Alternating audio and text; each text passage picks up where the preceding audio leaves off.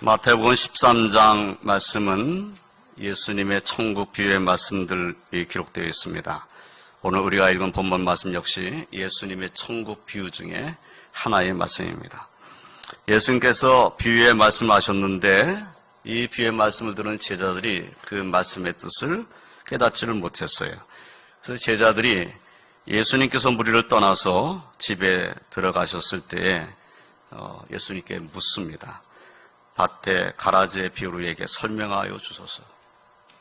그 가라지 이유를 좀 알려달라는 그러한 말씀이죠. 예수님께서는 제자들에게 이 밭에 가라지의 비유를 풀어서 설명하여 가르쳐 주십니다. 오늘은 이 밭에 가라지의 비유를 함께 살펴보면서 은혜를 나누고자 합니다. 첫째로 곡식과 가라지가 한 밭에 있게 된 이유가 무엇인가 하는 것을 오늘 말씀에서 볼 수가 있어요. 본문 24절로 25절을 보면 예수께서 그들 앞에 또 비유를 들어 이르시되 천국은 좋은 씨를 제밭에 뿌린 사람과 같으니 사람들이 잘 때 그 원수가 와서 곡식 가운데 가라지를 덧뿌리고 갔더니 라고 말씀하고 있어요. 예, 그런데 천국은 좋은 씨를 뿌리러 제밭에 뿌리러 나간 이 사람, 제밭에 좋은 씨를 뿌리는 사람이라고 비유를 했는데, 그러면 이 제밭에 그 좋은 씨를 뿌린 사람이 주인이잖아요. 주인은 그러면 자기가 좋은 씨를 뿌렸으니까 나중에 좋은 씨의 열매를 거두고자 하는 거죠. 그러니까 이 천국 비유에서 지금 이 제밭에 좋은 씨를 뿌린 사람이 천국 비유의 주인공인 거예요. 그러면 이 말씀에서 말씀하고자 하는 주님의 뜻이 무엇인가 하는 것을 우리가 대강 짐작하게 됩니다. 좋은 씨를 뿌리고 좋은 곡식을 거두시고자 하는 주인의 뜻을 우리가 볼 수가 있는 거죠. 그런데 원수가 와서 곡식 가운데 가라지를 덧뿌리고 가버린 겁니다. 이 가라지가 보이게 되는 때가 언제쯤 됐지요? 싹이 나고 결실할 때가 되어서 이제 가라지가 보이기 시작한 겁니다.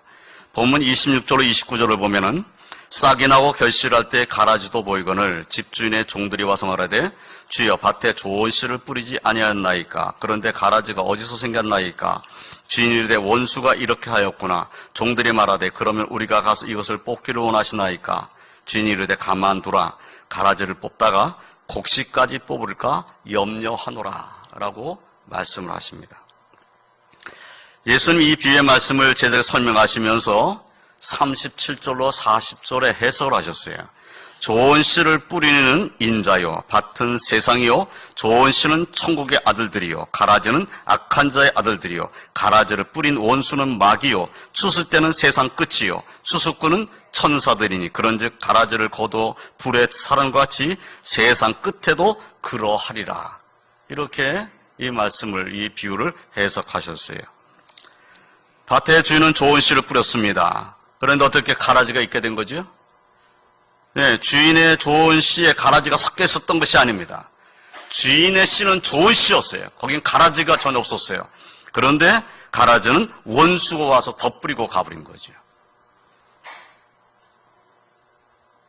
그런데 이 원수에 대해서 예수님은 이 원수를 마귀라라고 말씀을 하신 겁니다. 그러므로 한 밭에 알곡과 가라지가 함께 있게 된 것은 원수 마귀 때문이다라는 것을 비유의 말씀에서 주님께서 말씀하신 거죠. 그러면 이 세상이 밭이라고 주님께서 말씀하셨으니까 이 밭에 그러면 좋은 씨가 자라나서 열매를 맺는 것이 있고 가라지가 자라나서 가라지가 되는 이런 것도 함께 있다는 거죠. 이 세상에는. 그래서 이 세상에는 천국의 아들들과 악한 자의 아들들이 함께 하고 있다, 함께 살고 있다라는 것을 이 비유의 말씀에서 또 우리가 보게 되는 겁니다. 그러면 오늘날 누가 천국의 아들들이고 누가 악한 자의 아들들인지 우리는 어떻게 알 수 있습니까? 세상에는 지금 천국의 아들들하고 악한 자의 아들들이 다 함께 섞여서 살고 있는데 그러면 어떻게 우리가 그것을 분별할 수 있냐 하는 거예요. 요한복음 8장 42절로 47절 말씀을 보면 예수님께서 유대인들에게 하신 말씀이 기록되어 있습니다. 예수께서 이르시되 하나님이 너희 아버지였으면 너희가 나를 사랑하였으리라. 이는 내가 하나님께부터 나와서 왔음이라. 나는 스스로 온 것이 아니요 아버지께서 나를 보내신 것이니라. 그러니까 예수님께서 무슨 말씀하고 계시냐면 나는 하나님 아버지가 보내주셔서 이 땅에 온 사람이다 라는 말씀하는 거죠. 그러면 하나님을 아버지라고 섬기는 그런 유대인이란다면 유대인들도 하나님을 아버지라고 생각하고 있다고 그렇게 예수님께 말씀드렸으니까 예수님께서 그런 거예요. 너희들 정말 하나님 너희 아버지냐? 그렇다면 나를 믿었어야 된다는 거죠. 왜냐하면 하나님 그 아버지가 나를 이 땅에 보내셨으니까 나는 내가 스스로 온 것이 아니라 하나님 아버지께서 나를 보내셔서 이 땅에 온 사람이니까 당연히 하나님 아버지를 믿는 사람이란다면 나를 믿어야 된다는 거예요. 그런데 유대인들은 믿지 않아요. 어찌하여 내 말을 깨닫지 못하느냐? 이런 내 말을 들을 줄 알지 못함이로다. 너희는 너희 아비 마귀에게서 났으니 너희 아비의 욕심대로 너희도 행하고자 하느니라. 그는 처음부터 살인한 자요 진리가 그 속에 없으므로 진리에 서지 못하고 거짓을 말할 때마다 제 것으로 말하나니 이는 그가 거짓말쟁이요 거짓의 아비가 되었음이라. 자, 유대인들은 그러면 지금 예수님께서 하신 말씀대로 하면 너희 아비 마귀에게서 났다라는 주님의 말씀을 들은 거예요. 유대인들은 그 누구보다도 하나님 잘 섬긴다고 생각하는 사람들이잖아요. 근데 그 사람들에게 너희 아비 마귀에게서 났다. 이렇게 지금 아주 강하게 말씀을 하신 거예요. 어떻게 이렇게 말씀하실 수 있죠? 내가 진리를 말함으로 너희가 나를 믿지 아니하는도다. 너희 중에 누가 나를 죄로 착잡했느냐? 내가 진리를 말하는데도 어찌하여 나를 믿지 않았느냐?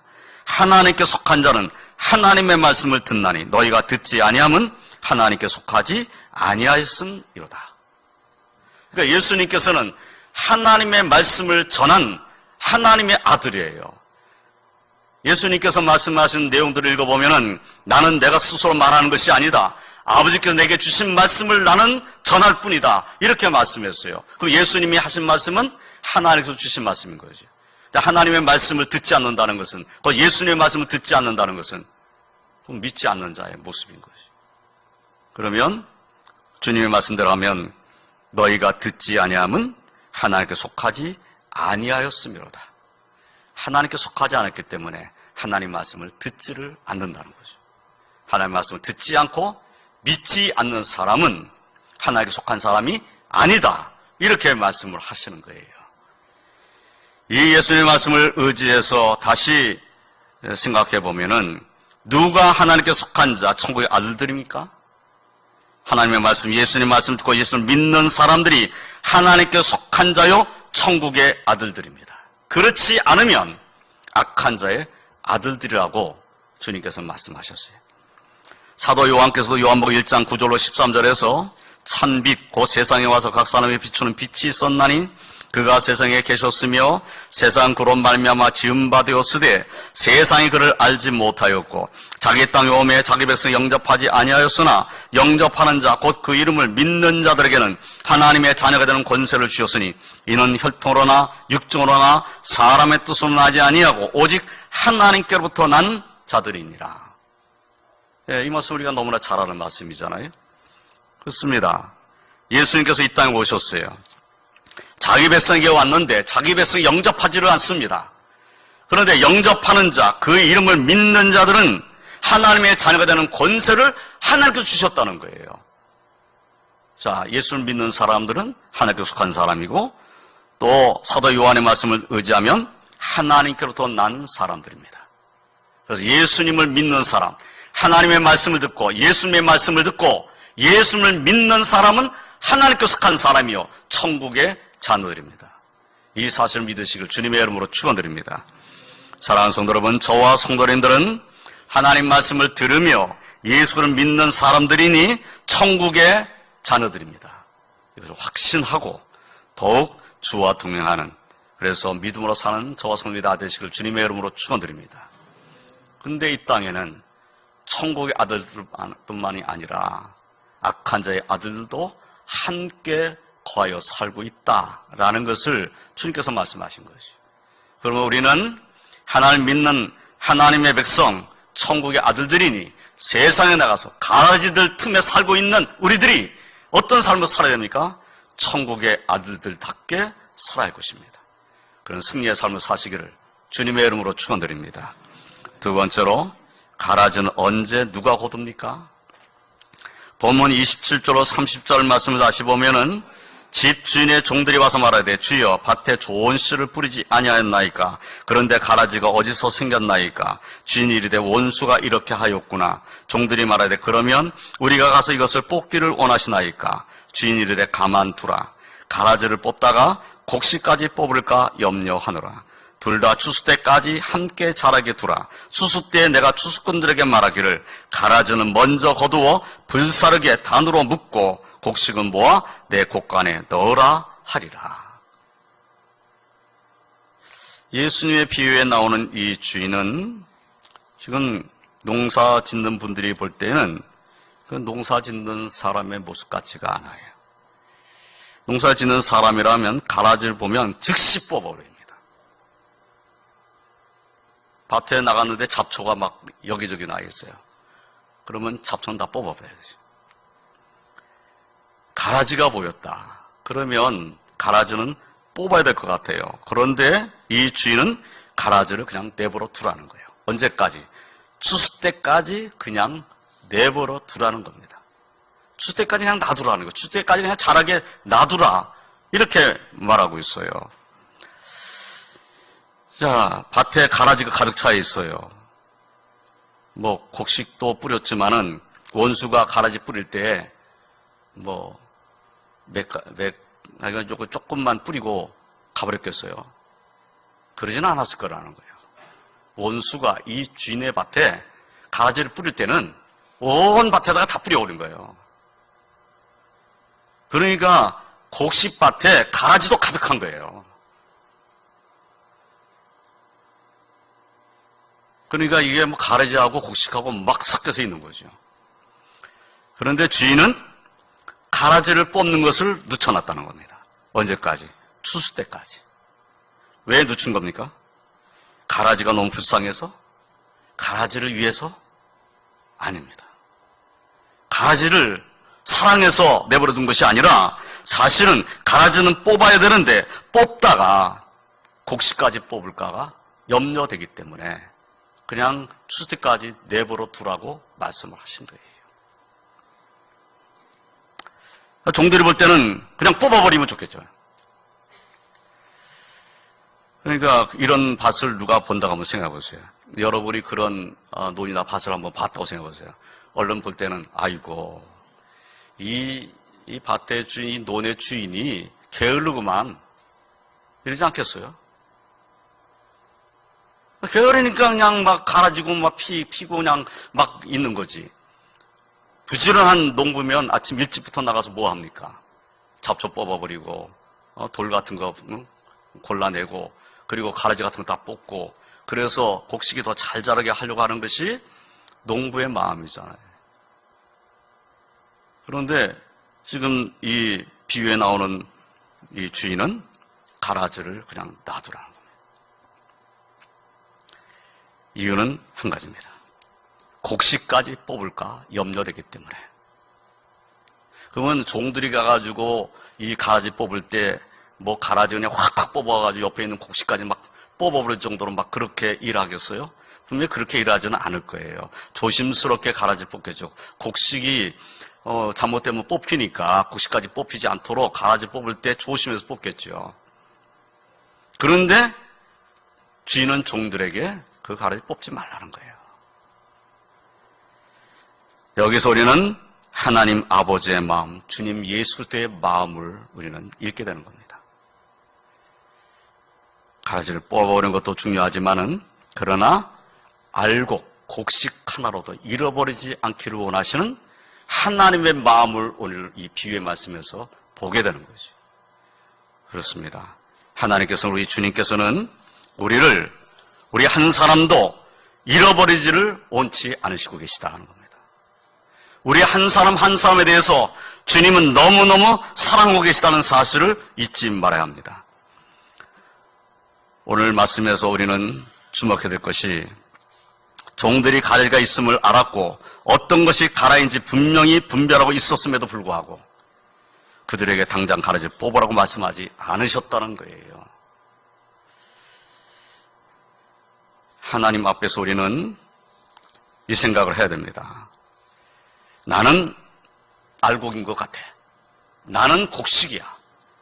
그런데 누구누구는 가라지 같아. 저 사람은 가라지 아니야? 이렇게 분별하고 판단하는 것은 그래서 뽑아버려야 될 거야. 저건 가라지니까 뽑아버려야 돼. 이렇게 생각하는 것은 우리의 몫이 아니라는 겁니다. 종들이 분별했죠. 뭐가 가라지인지 왜 모르겠어요. 그렇지만 종들에게는 그 가라지를 뽑을 권한을 주지 않으셨다는 겁니다. 당장 가서 뽑아버리면 좋을 것 같은데 뽑지를 말라고 하고 계셔요. 언제까지 놔두시는 겁니까? 추수 때까지. 비유의 말씀이니까 가라지를 언제까지? 심판의 때까지 내버려 두라. 이렇게 말씀을 하고 계셔요. 그러니까 우리 스스로가 생각할 때 아니면 뭐 가라지는 뭐 그때까지 놔두신가? 그냥 한 번에 진노를 내셔가지고 없애버리시면 더 좋을 것 같은데 그런데 하나님은 그렇게 하시지를 않는다는 겁니다. 그렇다면 우리는 깨달아야 돼요. 우리가 마음껏 누구를 비판하고 비난하고 정죄하고 그리고 판단하고 뽑아버려야 한다는 것은 우리가 할 생각이 아니다. 우리는 오히려 내 자신을 돌아봐야 합니다. 내 자신을 돌아봐야 돼. 본문 29절 30절 말씀 다시 보면은 주인이 이르되 가만두라 가라지를 뽑다가 곡식까지 뽑을까 염려하노라. 둘 다 추수 때까지 함께 자라게 돌아 추수 때에 내가 추수꾼에게 말하기를 가라지는 먼저 거두어 불사르게 단으로 묶고 곡식은 모아 내 곡간에 넣으라 하리라.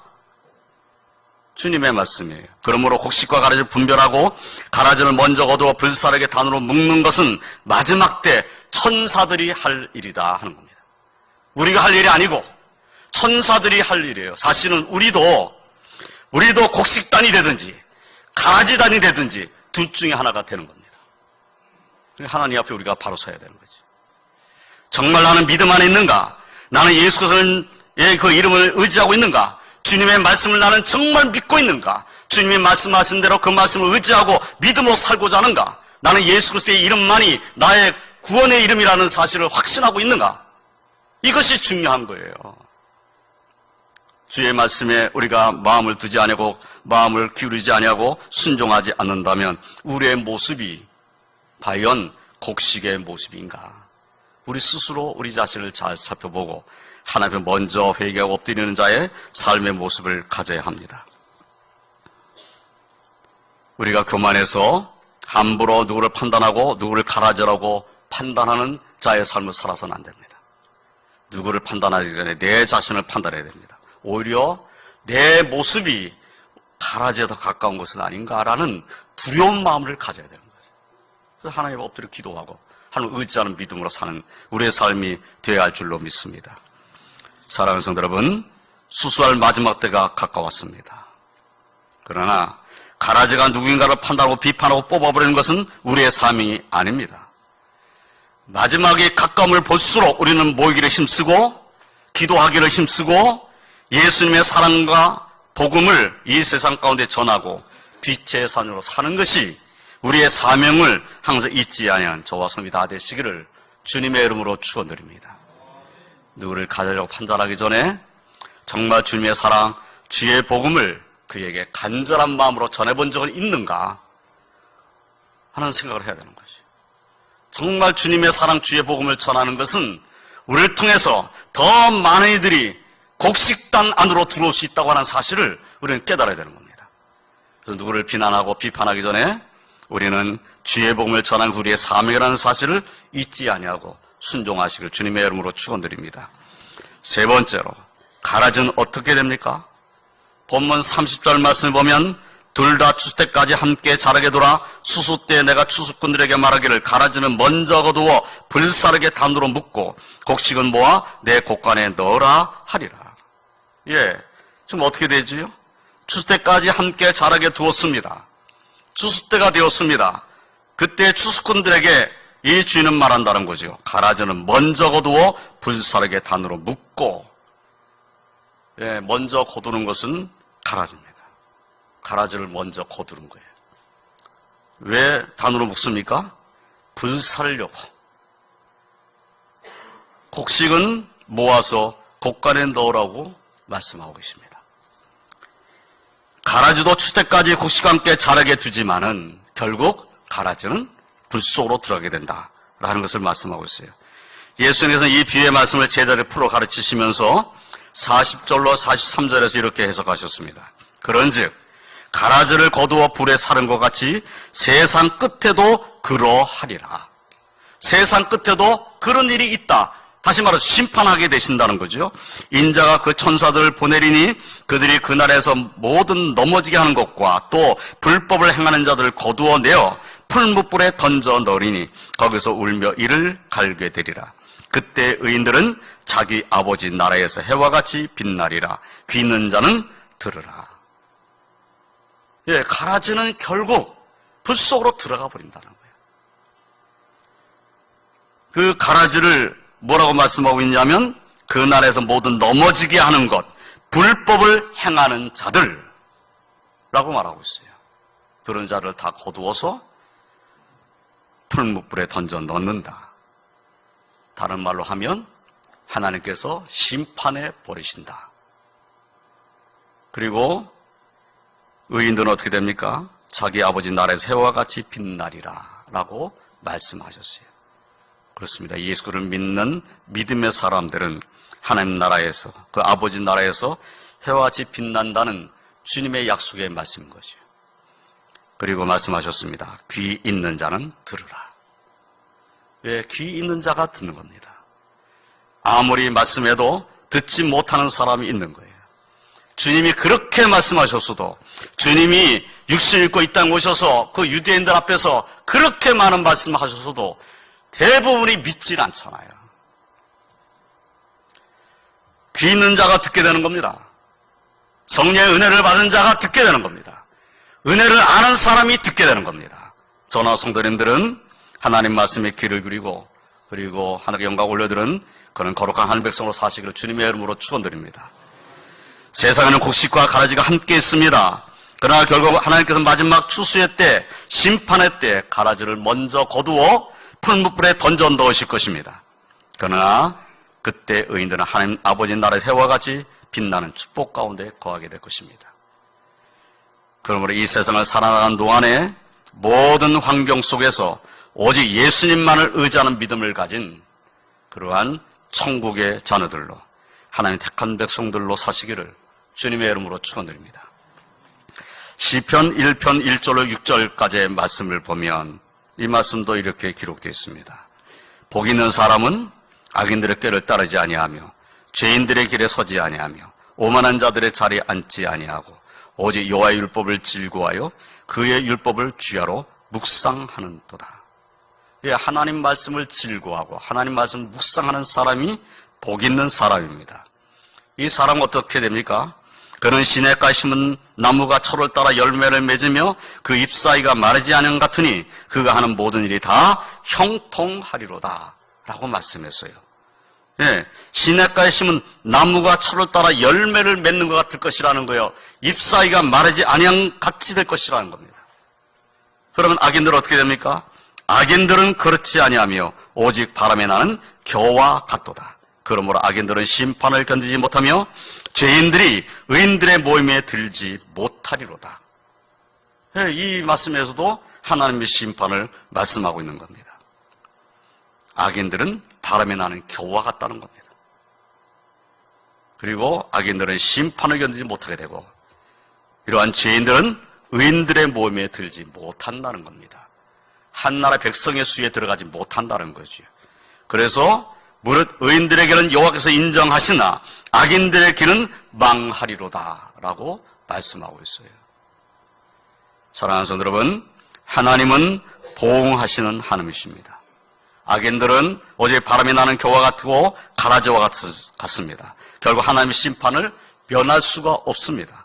그러나 하나님의 은혜 아래 거하여 사는 우리들을 천국 백성 삼아주신 하나님의 축복에 감사하고, 그리고 하나님께 영광 올려드리는 삶을 사는, 그래서 하나님께 영광 올려드리는 그러한 저와 성이 다 되시기를 주님의 이름으로 축원드립니다. 이제 말씀을 정리하겠습니다. 이 비유는 예수 그리스도를 믿고 주의 몸된 교회의 지체가 된 성도들에게 이 세상에는 천국의 아들들과 악한 자 아들들이 함께 있다고 알려주고 계십니다. 그러나 마지막 때, 추수의 때는 반드시 오게 되고, 그때 천사들은 먼저 가라지를 거두어서 불사르게 묶을 것이고 곡식은 천국 곳간에 들을 것이라고 말씀하고 계세요. 이 말씀을 통해서 반드시 심판이 있다라는 것을 말씀하시는 겁니다. 가을 추수 때가 되었습니다. 이 시기를 지나면서 추수 때를 생각하는 성도들이 되시기를 주님의 이름으로 축원드립니다. 마지막 때 추수 때가 있다라고 하는 이 주님의 비유의 말씀을 잊지 마시기를 바랍니다. 우리가 천국 곳간에 들어가는 자가 되어야 되지 않겠어요? 믿음을 지켜야 합니다. 예수를 믿는 저와 성도님들은 천국 곳간에 들어갈 곡식, 알곡임을 항상 확신하고 예수 그리스도와 동행하는 그런 복된 삶을 사시기를 주님의 이름으로 축원드립니다. 또 아울러서 우리는 다른 사람에 대해 곡식이다 가라지다 판단하는 것보다 내가 곡식 알곡으로서 깨어있어 기도하는 자인가, 우리 자신을 먼저 살펴보는 자가 되어야 되겠고, 정말 내가 예수 그리스도의 은혜 가운데 있고 믿음 안에 있다고 할 것 같으면은, 그러면 원수 마귀를 대적하는 믿음으로 승리하는 자가 되어야 할 것입니다.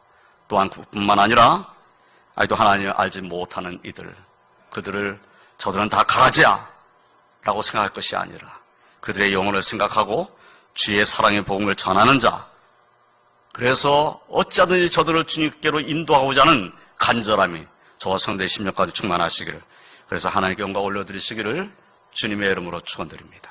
기도하겠습니다. 사랑의 하나님 감사합니다. 오늘로 주님의 비유의 말씀을 저희들이 함께 상고하였습니다. 결국 마지막 때 하나님의 심판이